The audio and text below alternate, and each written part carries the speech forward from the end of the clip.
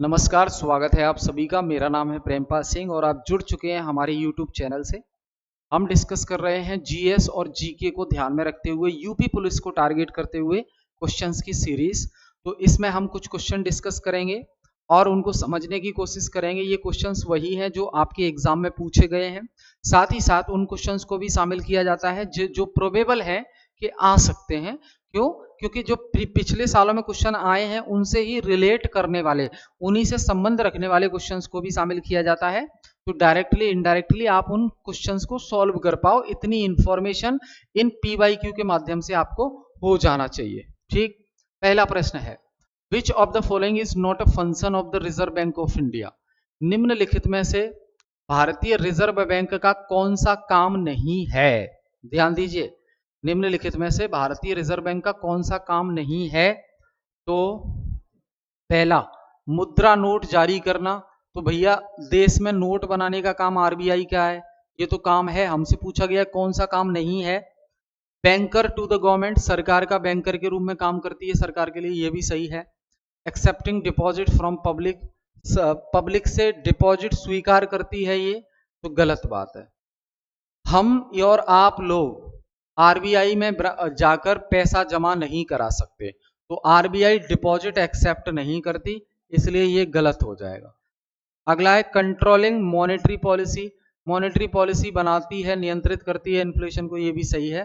तो C answer इसका हो जाएगा एक्सेप्टिंग डिपॉजिट फ्रॉम पब्लिक। यानी कि हमसे पूछा है आरबीआई का कौन सा काम नहीं है, तो ये काम आरबीआई नहीं करती, पब्लिक से डिपॉजिट स्वीकार नहीं करती है। जैसे हम कमर्शियल बैंक में जाके जमा करा देते हैं, वैसे आरबीआई में जमा नहीं करा सकते। What is the current structure of the Indian banking system? Bharat की जो बैंकिंग प्रणाली है उसका अभी स्ट्रक्चर क्या है? 3 स्तर पे संरचना है, या 2 स्तर पे, या 4 स्तर पे, या 1 स्तर पे? तो 3 स्तर पे भारतीय में बैंकों की संरचना है। देखो, आरबीआई आ जाते हैं, है ना, और आपके कमर्शियल बैंक आ जाते हैं, फिर आरआरबी आ जाते हैं। ठीक, इस प्रकार से 3 स्तर पे संरचना है बैंकों की। अब repo rate refers to the rate at which, repo rate क्या है?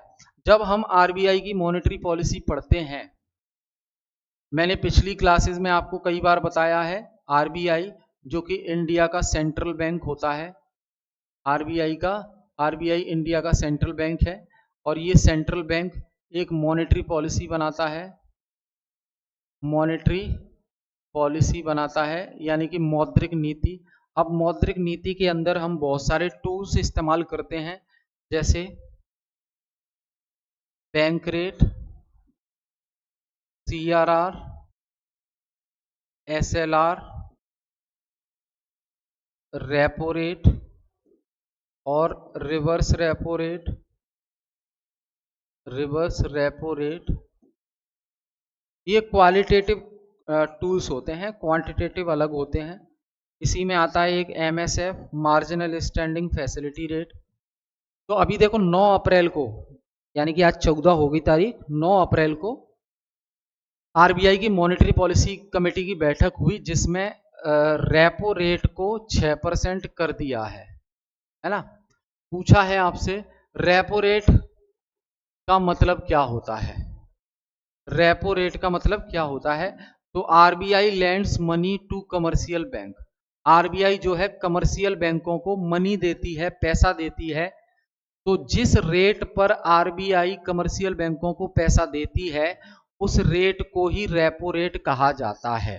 ठीक है, और जनरली ये जो पैसा है वो शॉर्ट टर्म के लिए होता है, कम समय अवधि के लिए। इसके लिए कम समय अवधि, शॉर्ट टर्म के लिए होता है। जबकि बैंक रेट में जो पैसा आरबीआई के द्वारा कमर्शियल बैंकों को दिया जाता है वो लॉन्ग टर्म के लिए होता है। वो कैसे होता है? लॉन्ग टर्म, लंबी समय अवधि के लिए। ठीक, तो यही रेपो रेट अब 6% कर दी है। तो आरबीआई कमर्शियल बैंकों को पैसा देती है और कमर्शियल बैंक ब्याज चुकाते हैं शॉर्ट टर्म के लिए, तो उसे रेपो रेट कहा जाता है। अब ये जो रेपो रेट है, ये जो रेपो रेट है, इसको अगर इंक्रीज कर दिया जाए, यानी कि अभी 6% है, मान लो इसको 6.25% कर दिया जाए, तो इसका मतलब है जो लोन है वो महंगा हो जाएगा, क्योंकि अभी 6% के हिसाब से ब्याज चुकानी पड़ रही है। अगर 6 रुपये 25 पैसे कर दिया तो 25 पैसे महंगा हो गया, और अगर महंगा हो जाएगा तो फिर क्या होगा, जो कमर्शियल बैंक हैं वो लोन लेने कम आएंगे, और कमर्शियल बैंक लोन लेने कम आएंगे तो कमर्शियल बैंक से जो कस्टमर हैं वो भी लोन लेने कम आएंगे, तो मार्केट में जो सर्कुलेशन ऑफ मनी है, जो मनी फ्लो है, मुद्रा प्रवाह है, वो कंट्रोल में आएगा। और मनी फ्लो अगर कंट्रोल में आएगा तो बाजार में इन्फ्लेशन कंट्रोल में आएगा, महंगाई नियंत्रित हो जाएगी। ठीक है। Which of these is not part of the scheduled banks in India, जो शेड्यूल्ड बैंक है इंडिया में उनका इनमें से क्या एक पार्ट नहीं है, बताओ भाई। Public sector bank, cooperative bank, payment bank या मनी लैंडर्स। तो देखो भाई, शेड्यूल्ड बैंक यानी कि कॉन्स्टिट्यूशन में शामिल है शेड्यूल्ड बैंक। शेड्यूल्ड बैंक में सब आती हैं, प्राइवेट भी, कोऑपरेटिव भी, पेमेंट बैंक भी। केवल जो मनी लैंडर हैं, साहूकार, साहूकार यानी कि गांव में, रूरल एरिया में जो चलते हैं साहूकार, कि किसी को अगर पैसे की आवश्यकता है वो साहूकार के पास जाएगा और साहूकार उसको पैसा दे देंगे, और फिर जितना उनका मन करे उतना इंटरेस्ट उससे वसूलते हैं। तो ये जो साहूकार हैं, मनी लैंडर, ये शेड्यूल्ड बैंक में नहीं आते हैं, ये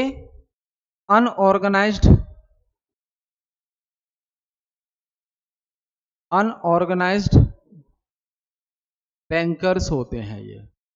ठीक है, गैर संगठित। आगे देखें, which instrument is used by RBI for long term liquidity.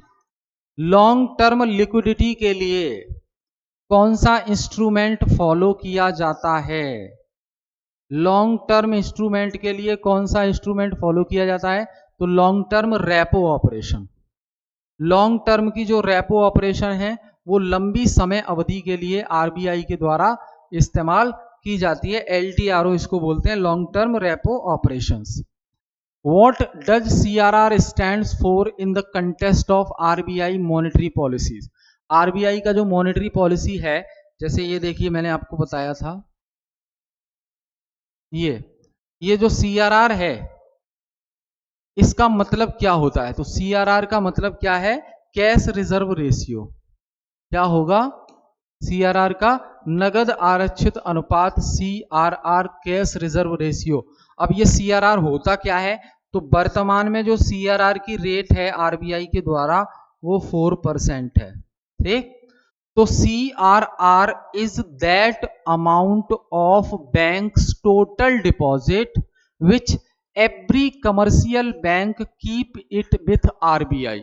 यानी कि ये जो CRR है जो अभी फिलहाल 4% है, ये वह अमाउंट होता है बैंक के डेली डिपॉजिट का जिसे हर कमर्शियल बैंक आरबीआई के पास जमा करके रखती है, आरबीआई के पास मेंटेन करके रखती है, और ये अमाउंट कैश में ही मेंटेन होता है। ये अमाउंट कैश में ही मेंटेन होता है। आप इस अमाउंट को गोल्ड सिक्योरिटी में मेंटेन नहीं कर सकते, ये कैश में ही मेंटेन होगा। ठीक है, तो जब CRR बढ़ा दिया जाए आरबीआई के द्वारा, इसका मतलब है बाजार में जो मनी फ्लो है वो कम हो जाएगा। मनी फ्लो क्या होगा? कम हो जाएगा मनी फ्लो। और जब CRR कम कर दिया जाए तो मनी फ्लो बढ़ जाएगा। समझ गए? विच committee recommended the merger of regional rural bank. Regional rural bank के मर्जर यानी कि एकीकरण की सिफारिश कौन सी कमेटी ने की? तो वो है नरसिम्हा कमेटी। कौन सी है? ध्यान रखना, जो नरसिम्हन कमेटी है ना वो बैंक से संबंधित है। ये सवाल कई बार आया है कि निम्नलिखित में से कौन सी समिति बैंक से संबंधित है? तो नरसिम्हन समिति का संबंध बैंक से है, बैंकिंग सुधार से है। तो नरसिम्हन कमेटी ने ही सिफारिश किया आरआरबी का एकीकरण कर दिया जाए। Who issues the bank license in India. अब देखो कितने बैंक हैं और बहुत सारे अमीर लोग हैं जो बैंक ओपन करना चाहते हैं, लेकिन उनको बैंक का लाइसेंस, बैंक ओपन करने का लाइसेंस कौन देगा? तो ये पावर आरबीआई के पास है कि आरबीआई किसी को बैंक का लाइसेंस दे सकती है। अभी देखो कुछ सालों पहले टाटा ने भी अप्लाई किया था बैंक के लाइसेंस के लिए, है ना, और बंधन बैंक ने भी अप्लाई किया था। तो टाटा को लाइसेंस नहीं दिया गया, बंधन को दे दिया गया। समझ रहे, बंधन बैंक। तो आरबीआई लाइसेंस इशू करने का काम करती है, ध्यान रखेंगे। Reserve bank of India, ministry of finance, ये आपके कॉइन्स जारी करता है। कॉइन्स यानी कि सिक्के, भारत में सिक्के जारी करने का काम आरबीआई का है। सिक्के के अलावा 1 रुपए का नोट भी जारी करती है। SEBI, securities and exchange board of India, ये कैपिटल मार्केट को रेगुलेट करने का काम करती है। ये क्या करती है? कैपिटल मार्केट को रेगुलेट करने का काम करती है। NABARD, national bank of agriculture and rural development, तो इसकी शिव रमन कमेटी की सिफारिश पर इसकी स्थापना होती है। शिव रमन समिति की सिफारिश पर नाबार्ड की स्थापना 82 में होती है। In which year was the monetary policy committee formed. ये जो मॉनेटरी पॉलिसी कमिटी है जिसमें 6 सदस्य होते हैं, 6 सदस्य होते हैं, 3 गवर्नमेंट ऑफ इंडिया की तरफ से और 3 आरबीआई की तरफ से। और मॉनेटरी पॉलिसी कमेटी की जो मीटिंग है हर 3 महीने में होती है, हर 3 महीने में इसकी मीटिंग होती है। ठीक है। तो भारत में मौद्रिक नीति समिति की गठन कब किया गया? तो 2016 में किया गया। ठीक, ध्यान रखेंगे। Which is the minimum rate below which banks are not allowed to lend called, यानी कि वह कौन सा दर है, रेट है जिससे कम पर बैंक पैसा कर्ज नहीं दे सकते, उतना से ऊपर ही दे पाएंगे, उससे कम नहीं। तो which is the minimum rate below which banks are not allowed to lend called, इसे बोलते हैं बेस रेट, आधार दर। ठीक है, कि इससे कम पर नहीं दे पाओगे, नहीं तो बैंक प्रॉफिट कमाने के लिए या कस्टमर बनाने के लिए हो सकता है सस्ता लोन दे दें। ठीक। Which one is not a quantitative monetary tool. अब देखो जो मॉनेटरी टूल्स हमने देखे उसमें एक तो होता है क्वालिटेटिव और क्वांटिटेटिव, दो होते हैं, गुणात्मक और मात्रात्मक। आपसे पूछा है निम्नलिखित 4 में से कौन सा क्वांटिटेटिव मॉनेटरी टूल नहीं है?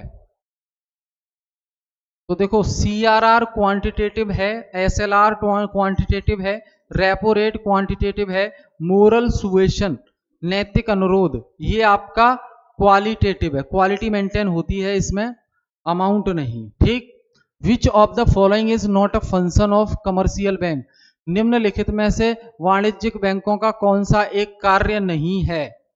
कौन सा एक कार्य नहीं है? तो देखो ये डिपॉजिट स्वीकार करती हैं कस्टमर का, lending to the public, public को कर्ज देती हैं, प्रोवाइडिंग लॉकर, लॉकर की सुविधा भी देती हैं जनता को, इशू करेंसी, तो नोट जारी करने का काम कमर्शियल बैंक का है? नहीं, हमने अभी देखा आरबीआई का काम है नोट जारी करने का, तो कमर्शियल बैंक का नहीं है। तो ये फंक्शन नहीं होता कमर्शियल बैंक का, क्योंकि ये आरबीआई का होता है। ये किसका होता है? आरबीआई का। Who is the current chairperson of the monetary policy committee, monetary policy committee का करंट चेयरपर्सन कौन होता है? तो ध्यान रखना मॉनेटरी पॉलिसी कमेटी का चेयरमैन हमेशा आरबीआई का गवर्नर होता है, आरबीआई का गवर्नर होता है। और अभी आरबीआई के गवर्नर कौन है? संजय मल्होत्रा हैं। कौन है?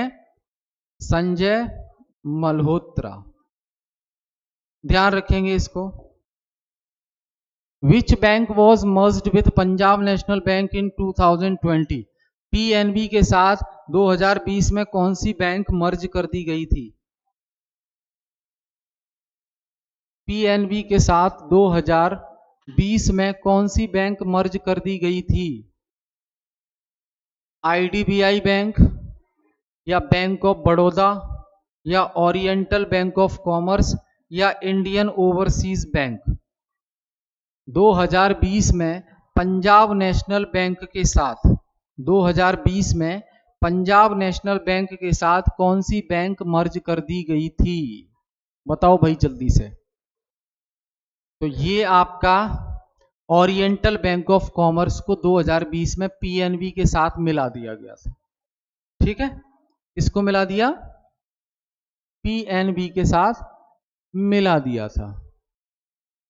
आगे देखिए, what is the primary goal of RBI monetary policy? RBI की मॉनेटरी पॉलिसी का प्राथमिक उद्देश्य क्या है? तो एक्सपोर्ट को बढ़ाना, गलत। इन्फ्लेशन को कंट्रोल करना, बिल्कुल सही। महंगाई को नियंत्रित करना ही आरबीआई की मौद्रिक नीति का अल्टीमेट उद्देश्य है, जिसके लिए वो काम करती है।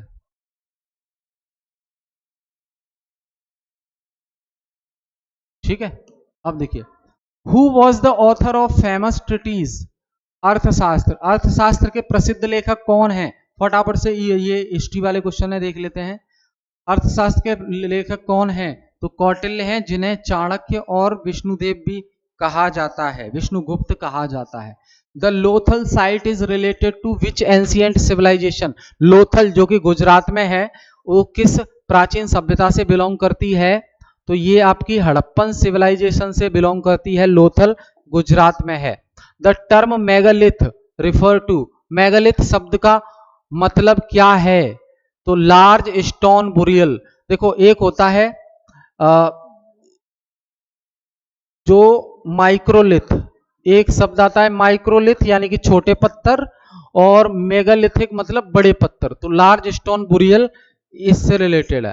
Who built the Kailash temple at Ellora? Ellora में कैलाश मंदिर को किसने बनवाया? तो एलोरा जो है जगह, वहां पे कैलाश मंदिर को बनवाया कृष्ण सेकंड, कृष्ण फर्स्ट। और ये राष्ट्रकूट वंश का था, राष्ट्रकूट वंश। ठीक है। The capital of Magadh under Bimbisara? जब बिंबिसार मगध का रूलर था, तो उस समय मगध की राजधानी क्या थी? तो राजगृह। क्या थी? राजगृह। पता है अच्छे से। और which Gupta ruler is known as the Napoleon of India? वो कौन सा गुप्त शासक था जिसे, गुप्त साम्राज्य का वो कौन सा शासक था जिसे भारत का नेपोलियन कहा जाता है? तो पिछली क्लास में भी देखा हमने, ये समुद्रगुप्त को कहा जाता है। The Tughlaqabad fort was built by? Tughlaqabad जो किला है वो किसके द्वारा बनाया गया? तो गियासुद्दीन तुगलक के द्वारा।